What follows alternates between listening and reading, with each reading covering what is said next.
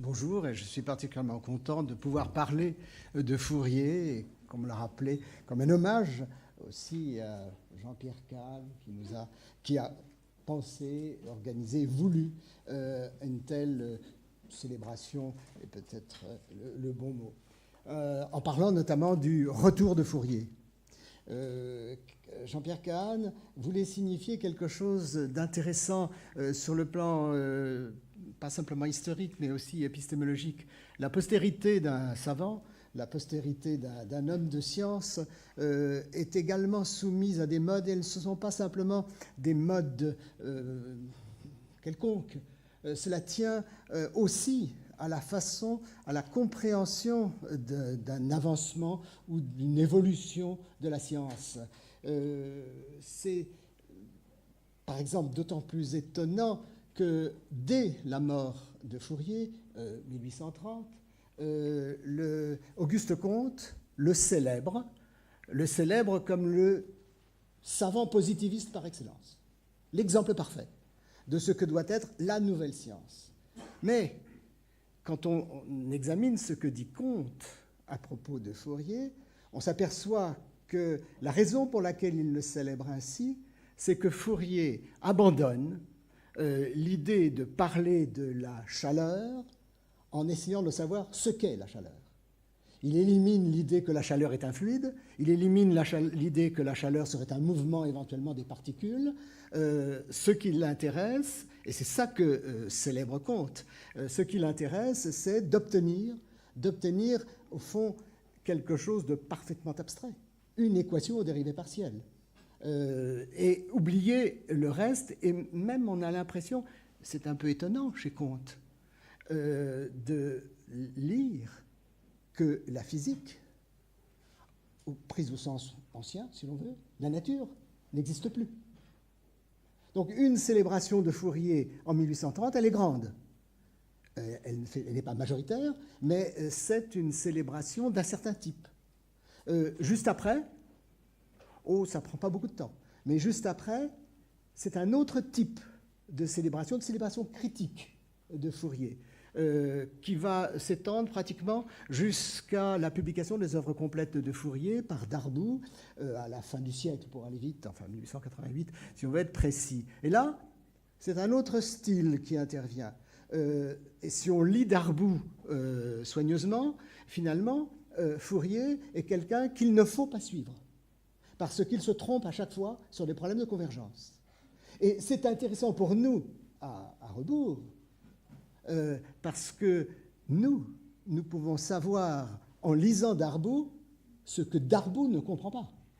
Je veux dire, alors, il ne s'agit pas de dire que Darboux est un imbécile, ce n'est pas le sujet, mais ce type d'études critiques de textes, d'études critiques des études critiques, nous enrichit pour savoir également comment la science, et vous voyez, je ne vais pas dire progrès, ce n'est pas ce mot-là que je vais employer, comment elle évolue par paliers, également par phénomène de postérité très, très étrange. Alors, je reviens sur Comte, qui cite Fourier, quand même, qui réduit la chaleur, la propagation de la chaleur, à 3 verbes simplement, ce qui est quand même assez étonnant. Alors il y en a un qui va être employé en double.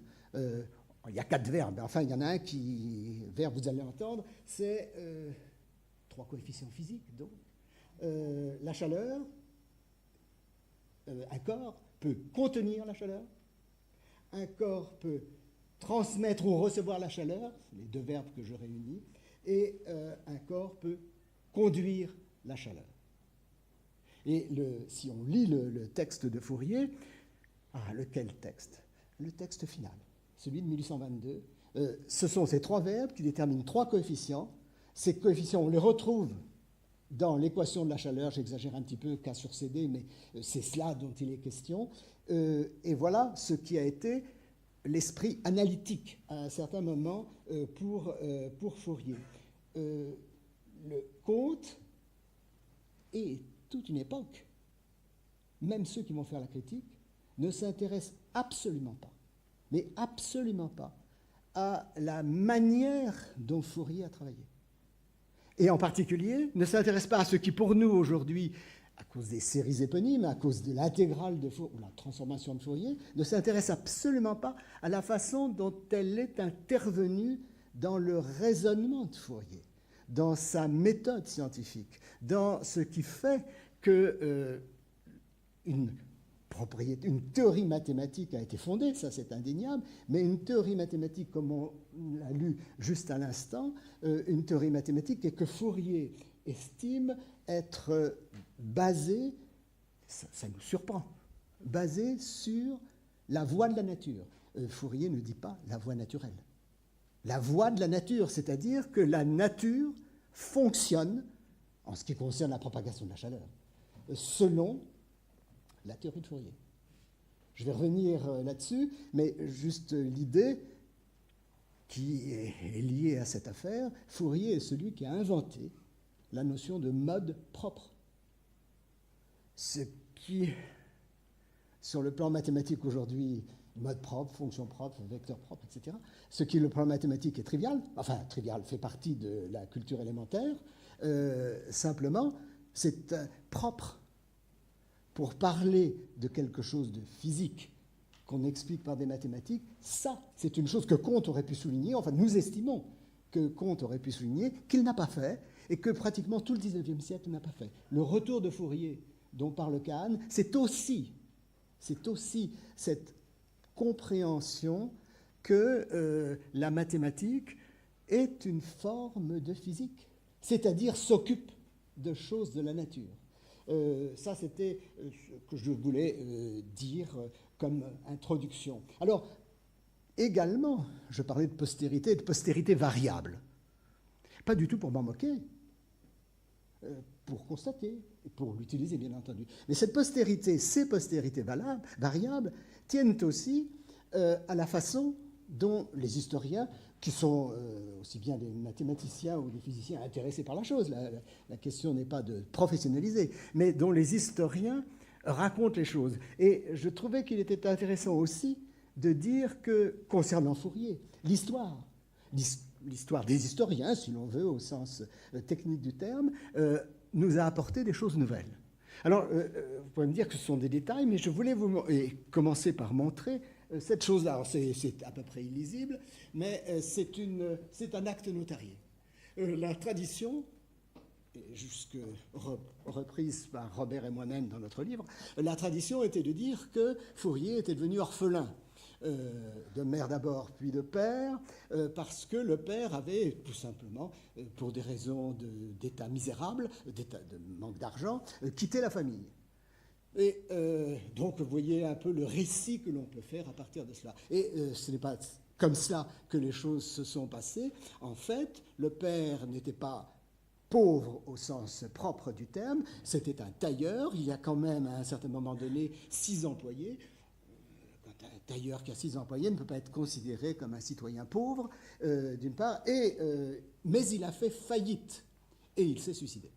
Et en 1778, quand il s'est suicidé, il est un nobody. C'est-à-dire qu'aucun registre, normalement, ne peut en parler. Ceci a été retrouvé relativement récemment. Il y a eu une réunion de famille pour savoir ce que l'on faisait des enfants, ce que l'on faisait des biens, comment on répartissait les choses. Alors on me dirait c'est un détail. Je suis tout à fait d'accord. Mais c'est un détail qui a un grand avantage, c'est de permettre de vérifier que Fourier appartient à cette société bien particulière qui, en un sens, prépare la Révolution. Je veux dire, sous la forme suivante, il mise, le père et la famille, mise sur l'éducation. Le jeune Fourier, ce n'est pas recueilli par l'Église par hasard, c'est la voie voulue par la famille pour faire autre chose. En un certain sens, c'est une notion de l'ascenseur social. Et voilà, là où Fourier, dans cette classe particulière, donc il n'y a aucune gêne à estimer que la rencontre que Fourier va faire plus tard avec Monge, mais aussi avec Laplace, qui participe de la même idée de méritocratie, c'est-à-dire de choix des élites, certes des élites en l'occurrence des élites intellectuelles pour cette affaire, c'est cet esprit-là qui est en cause. Il n'y a pas de la part de Fourier une sorte d'acceptation de la révolution par hasard. Cela fait partie, en quelque sorte, de ses gènes, de son organisation sociale. Ayant dit ceci, il me semble aussi que l'on peut, autre nouveauté, relire autrement les documents et d'abord se rendre compte, concernant Fourier, se rendre compte avec étonnement que Fourier ne rencontre le problème de la chaleur qu'en octobre 1804. En 1807, janvier 1807, pratiquement, à une exception près, dont je parlerai bien sûr, à une exception près, la théorie analytique de la chaleur est rédigée. Je veux dire, octobre 1804, début 1807. C'est extrêmement court. En tout cas, tout ce qui concerne série de Fourier, l'exception est près, ce qui est la théorie de la chaleur, bien sûr. Ce qui manque à Fourier, c'est l'intégrale de Fourier. Et il la fera, ce sera une autre année, une annus mirabilis de Fourier, en 1817, que l'on peut estimer liée à une rencontre avec Cauchy, ça c'est une autre affaire, mais Fourier est un exemple rare qui a eu deux grands moments de production scientifique. C'est un teigneux en quelque sorte, c'est-à-dire quelqu'un qui va jusqu'au bout et qui veut aller jusqu'au bout d'une théorie et qui, une fois qu'il est allé jusqu'au bout, se laisse aller à une certaine, il est compétent, mais une certaine indolence, il laisse passer les choses. Il me semble que là, on découvre un personnage. Et je voudrais, pour entrer dans un détail, mais un détail précis, il se trouve qu'on peut savoir quelle a été l'origine de son intérêt pour la théorie de la chaleur. Il rencontre Jean-Baptiste Biot. Ah, j'ai oublié de dire, mais je pense que tout le monde le sait en gros, Fourier est préfet. Il est préfet depuis début 1802, il a quitté l'Égypte, etc. Bon, je ne vais pas revenir sur ces choses qui sont intéressantes. Il est préfet. Et de 1802 à 1804, il apprend le métier de préfet. Donc il ne fait pas de science du tout, il n'y a aucun texte.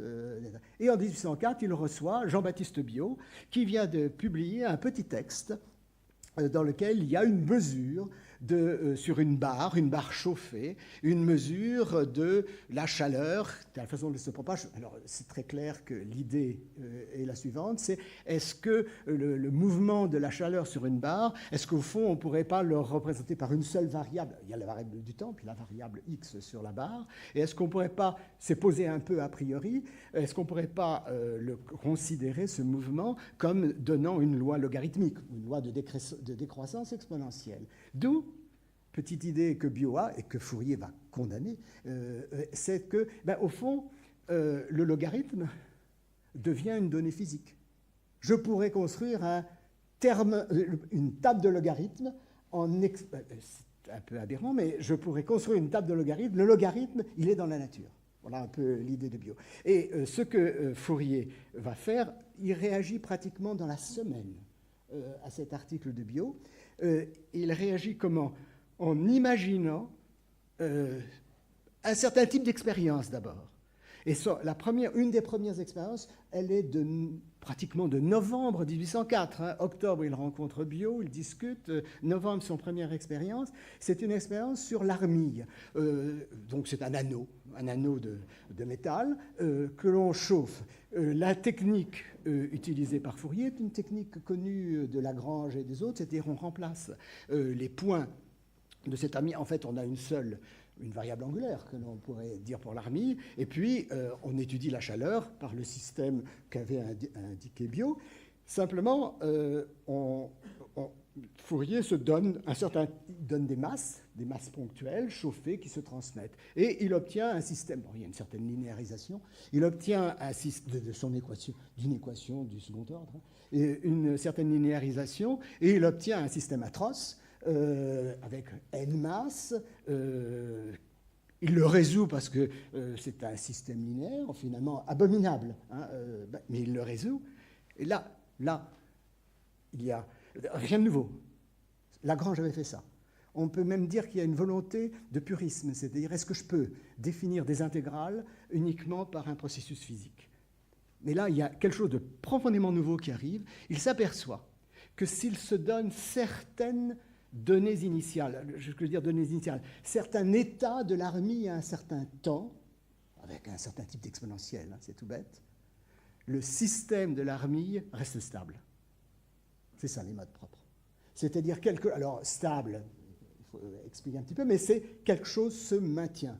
À partir de ce moment-là, Fourier a trouvé, véritablement trouvé, il n'a pas le flux, il n'a pas l'équation en dérivée partielle, etc., mais il a trouvé ce qui pour lui est l'essentiel, cette idée de stabilité de quelque chose. Et ça lui donne, et je vous donne, alors ça c'était la transcription, voilà l'harmie, c'est le simple dessin que nous ayons de Fourier, hein, c'est tout bête. Je ne vous passe par contre, parce que c'est illisible, enfin si, c'est lisible simplement, c'est illisible pratiquement parlant, le système de calcul sur l'harmie. Je vous donne là, sur l'harmie, la date, c'est intéressant, il a pratiquement mis au point la fonction de l'harmie, on voit comment Fourier travaille, il y a un texte qu'il fait écrire par quelqu'un, qu'il dicte très certainement, et il met des notes sur la gauche, et c'est daté de, je ne le relis pas très bien, 1806, en tout cas, ça je suis sûr. Là, voilà le second. Le second est pratiquement organisation. C'est pratiquement un des seuls dessins de la théorie analytique de la chaleur. C'est-à-dire quelque chose d'extrêmement simple, évidemment physiquement irréaliste. C'est la barre métallique. Mais une barre métallique que l'on va chauffer à sa base et que l'on maintient, pour une barre métallique qui est chauffée, que l'on maintient fixe en dimension, hein, il n'y a pas le droit de s'écarter, et avec une température zéro à gauche et à droite. Et l'idée fondamentale de Fourier, ce n'est pas une astuce, c'est son idée des modes propres, c'est-à-dire il a maintenant l'équation de la chaleur. Il est facile de voir, il s'occupe des affaires dans un cadre où le temps n'intervient plus, c'est-à-dire que la température, ce que j'ai noté f de xy, c'est qu'il le note, la température ne dépend pas du temps. Et en fait, le Laplacien de la température est égal à 0. Hein, et on savait trouver les solutions de cette affaire-là. Simplement, lui, ce qu'il invente, c'est un mode opératoire, à savoir, non pas résoudre, mais se poser une propriété a priori du système. C'est-à-dire, si je mets une certaine fonction f à la base, alors vous voyez que la fonction f, elle ne peut pas, excusez-moi, elle ne peut pas être quelconque. La fonction à la base, il faut quand même qu'aux deux bornes, elle ait la température zéro. C'est mon imposition globale. Hein. Si je fais cela, quelles sont les fonctions que je peux mettre à la base qui se reproduisent parallèlement à elles-mêmes? Alors, ce qui revient à dire, en des termes anciens, c'est dire je cherche une température F à la base, mettons, F, il appelle ça F de Y, c'est comme ça. Je cherche une température F de Y telle que la température, quand j'ai monté de X, soit F de Y multiplié par H de X. C'est une méthode, on remplace une fonction par un produit. Mais si on dit ça, c'est une astuce. Pour Fourier, c'est un vecteur propre. C'est-à-dire, il cherche les vecteurs propres de la transformation. Il a montré qu'il y a à sa façon, qu'il y a une seule solution. Donc, il cherche les vecteurs propres de la transformation, donc c'est évidemment un opérateur linéaire, de la transformation qui fait passer de petit f à la température. Et, alors maintenant, la découverte. Mais il faut quand même qu'il y ait l'idée avant. L'idée ne vient pas après. La découverte, c'est les fonctions propres ne dépendent que de la géométrie de l'endroit où l'on regarde, du corps dans lequel on s'exprime. C'est-à-dire, ici, il trouve, compte tenu de ce qu'il a fait, il trouve des sinus, il faut que ce soit une fonction impaire, c'est un sinus, il a mis pi sur 2 et moins pi sur 2, il prévoyait quelque chose, etc. Il se trouve une infinité dénombrable de sinus, très bien, il a sa famille de propres, et alors pour lui, l'étape, elle n'est pas cruciale, c'est son axiome. C'est à partir du moment où la nature, la géométrie en l'occurrence, donne des fonctions propres, ces fonctions propres doivent suffire pour représenter n'importe quelle fonction à la base. Donc on est passé d'un point de vue physique à un point de vue mathématique, c'est-à-dire c'est parce qu'il faut qu'il y ait un théorème disant, dit en notre thème d'aujourd'hui, l'ensemble des fonction propre et complet dans son affaire, mais dans son système à lui, c'est pour représenter toute fonction arbitraire. Il y a une grande logique, et du coup, il a un moyen systématique d'étudier la théorie de la chaleur dans différents corps. Ce qu'il va faire, et c'est une affaire exhaustive assez rare dans le domaine physique, aussi bien que dans le domaine mathématique, c'est-à-dire le phénomène suivant: j'étudie différents corps, non pas pour remplir des pages, mais pour que chaque situation, alors différents corps, la lame, je vais étudier la sphère, le cylindre, ça me donne les fonctions de Bessel, qu'il n'appelle pas fonction de Bessel, etc. J'étudie systématiquement différents corps jusqu'à ce que l'étude d'un nouveau corps ne m'apprenne rien. La découverte de Fourier fut celle, en fait, qu'il avait oubliée quand il n'y a aucune limitation du corps, c'est-à-dire l'intégrale de Fourier. Et il ne la trouve qu'en 1817. Ça veut dire qu'il ne me reste plus rien du tout. Excusez-moi. Voilà ce que je veux dire, cette question Deux minutes. Alors, dans ce cas, je peux vous montrer ce que je voulais vous faire. Voilà le genre de choses que fait Fourier, c'est-à-dire aussitôt, il généralise la notion de fonction, il utilise systématiquement, parce qu'il a cette notion-là, et je voulais terminer par ce portrait qui est tout à fait étonnant, ce portrait de préfet. C'est, je crois, le seul préfet au monde qui est en train de lire Newton. Si vous regardez ceci, voilà ce que vous avez. C'est la très grande proposition de Newton sur la loi des airs.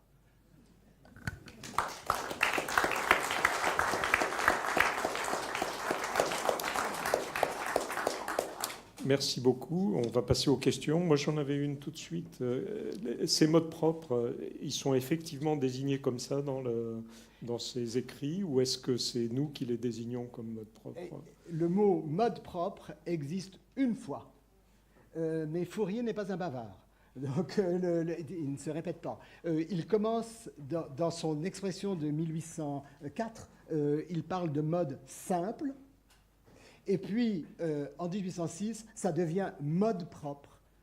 Et ce que je ne suis pas capable de faire, mais je vous ai parlé des difficultés de la postérité. Ce que je ne suis pas capable de faire, c'est de savoir comment le mot propre est passé. Je suis persuadé qu'il faut passer par Gauss et les eigenvalues, et que ce n'est pas lié à Fourier. Donc, les problèmes de postérité de cet ordre-là, mais il me semble que tout le monde a bien compris quand même qu'il y avait quelque chose de fondamental dans cette affaire. Une question là-bas. On va peut-être vous passer un micro là. Vous pouvez passer un micro. Non, mais comme ça, parce qu'on enregistre tout ce qui se passe aujourd'hui. Hein, et d'ailleurs, tout ceci est actuellement sur le web. Hein. Monsieur le professeur, vous avez terminé en citant Newton, ou en montrant Newton plutôt. Comme disait un de mes amis de l'Académie de pharmacie, on ne sait pas ce qu'il y a dans le cerveau d'un savant. Par contre, on peut s'intéresser aux lectures qu'il a faites à un âge plus ou moins avancé.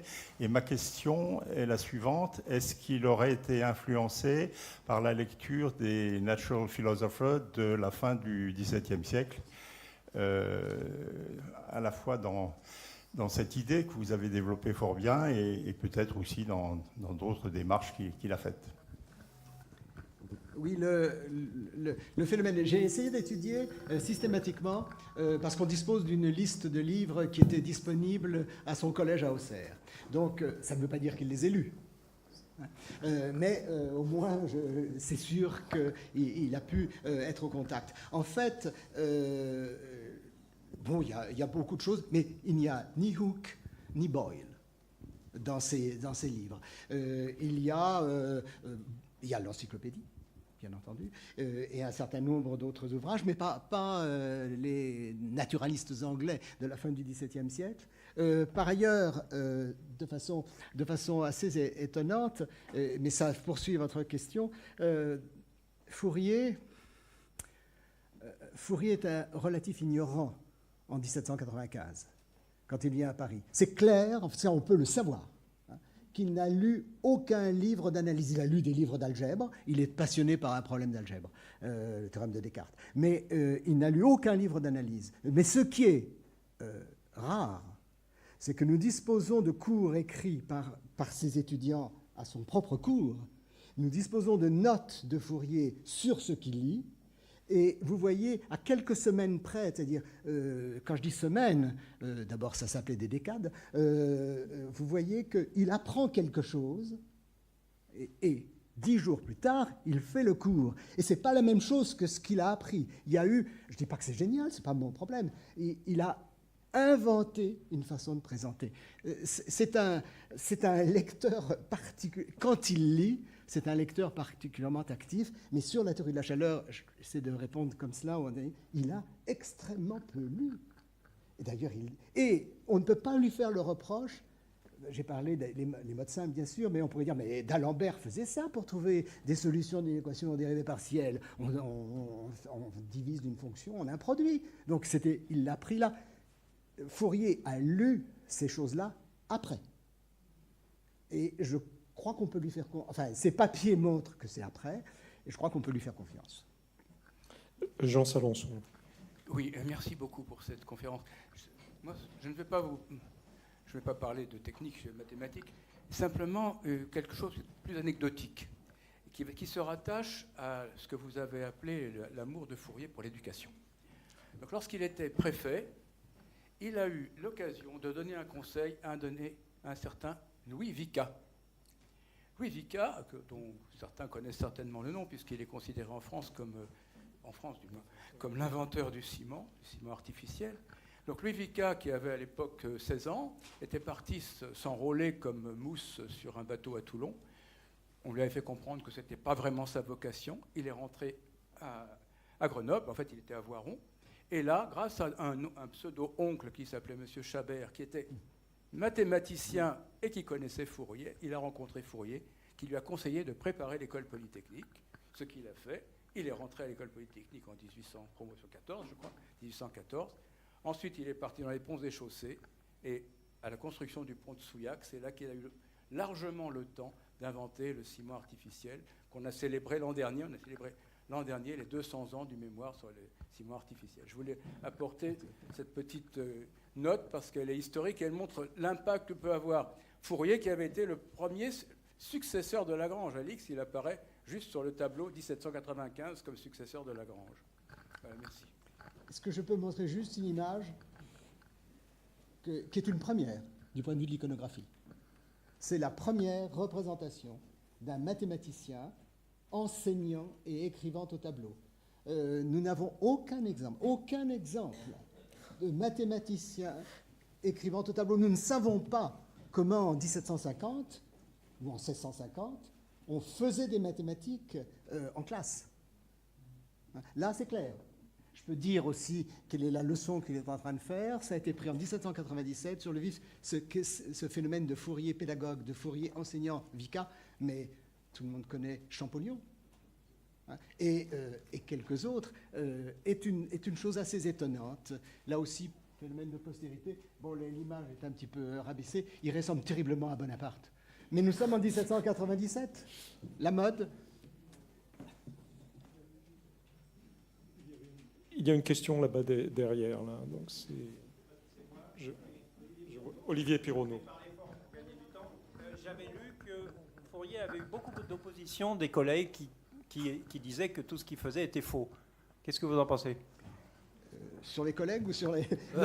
sur la vérité historique de ce que je dis. Non, mais tout à fait. C'est ce que j'ai parlé de la difficulté de la postérité. Lorsque Fourier présente son affaire en 1807, c'est reçu d'une drôle de façon, précisément à cause on peut appeler ça un préjugé. Le préjugé est celui de Lagrange essentiellement, mais Laplace le partage et il n'est pas le seul. Le préjugé est qu'une fonction, quand vous la connaissez, alors nous on dirait localement, mais je crois qu'il se dirait même jusqu'à dire quand on la connaît en un point, on la connaît partout. Or, ce que Fourier montre, c'est que suivant que vous prenez une fonction, suivant la périodicité que vous donnez à votre fonction, vous prenez par exemple une fonction en dents de scie, comme ça. Hein, mais si vous prenez votre fonction comme ça, vous aurez une autre périodicité, vous n'aurez pas la même série de Fourier. Si à partir du moment où vous pensez que dès que vous connaissez la fonction quelque part, vous la connaissez partout, ben, ces rues de Fourier sont impensables. Et Lagrange et quelques-uns sont bloqués, et on voit très très bien. Et leur réaction, je crois que c'est une réaction tout à fait, chez Lagrange en tout cas, quand vous êtes bloqué devant quelque chose, vous mettez de côté. Il ne dit pas, c'est faux. Simplement, il ne se passe rien. Il y a un petit malin, c'est Poisson. Poisson, parce qu'il est mis dans l'affaire, Poisson lit l'affaire de Fourier. Il a parfaitement compris, lui. Parfaitement compris. Et il publie sous son nom tout de suite. En disant que des choses de M. Fourier, voilà ce qu'on peut déduire. Mais, réponse à, mais la méthode de démonstration de M. Fourier n'est pas bonne. Les équations sont bonnes. Les résultats est bon, mais la méthode n'est pas bonne. Voilà comment il faudrait faire. Et c'est pas idiot ce que fait Poisson. Hein. Il prend une intégrale, il donne les résolutions de l'équation. Mais la réaction va être assez forte. Et peut-être que la ténacité ou la pugnacité, peut-être même le côté teigneux, j'ai employé ce mot, de Fourier, il est là. C'est-à-dire, OK, on ne veut pas me comprendre, qui puis-je convaincre? Lagrange, il est vieux, c'est impossible. Lacroix, il ne sait rien, c'est pas un bon. Il y en a un que je dois convaincre, Laplace. Mais je suis préfet, donc je n'ai pas le droit de quitter mon endroit. Bon, je vais m'arranger avec Bonaparte, je le connais, il va accepter mes absences. Fourier vient, voyage à Paris, nous avons des lettres précises à ce sujet, voyage à Paris, et il se prend Laplace. Et Laplace est convaincu. Et voilà le résultat. C'est dire, c'est un homme qui sait bien s'organiser, qui est sûr de son fait, et qui sait où aller, non pas par... Il n'y a pas d'influence politique dans cette affaire-là, c'est une affaire... ils ne veulent pas comprendre, ils vont comprendre. Je crois que c'est... Voilà. On va s'arrêter là pour suivre notre plan, et on remercie encore une fois Jean Dombre.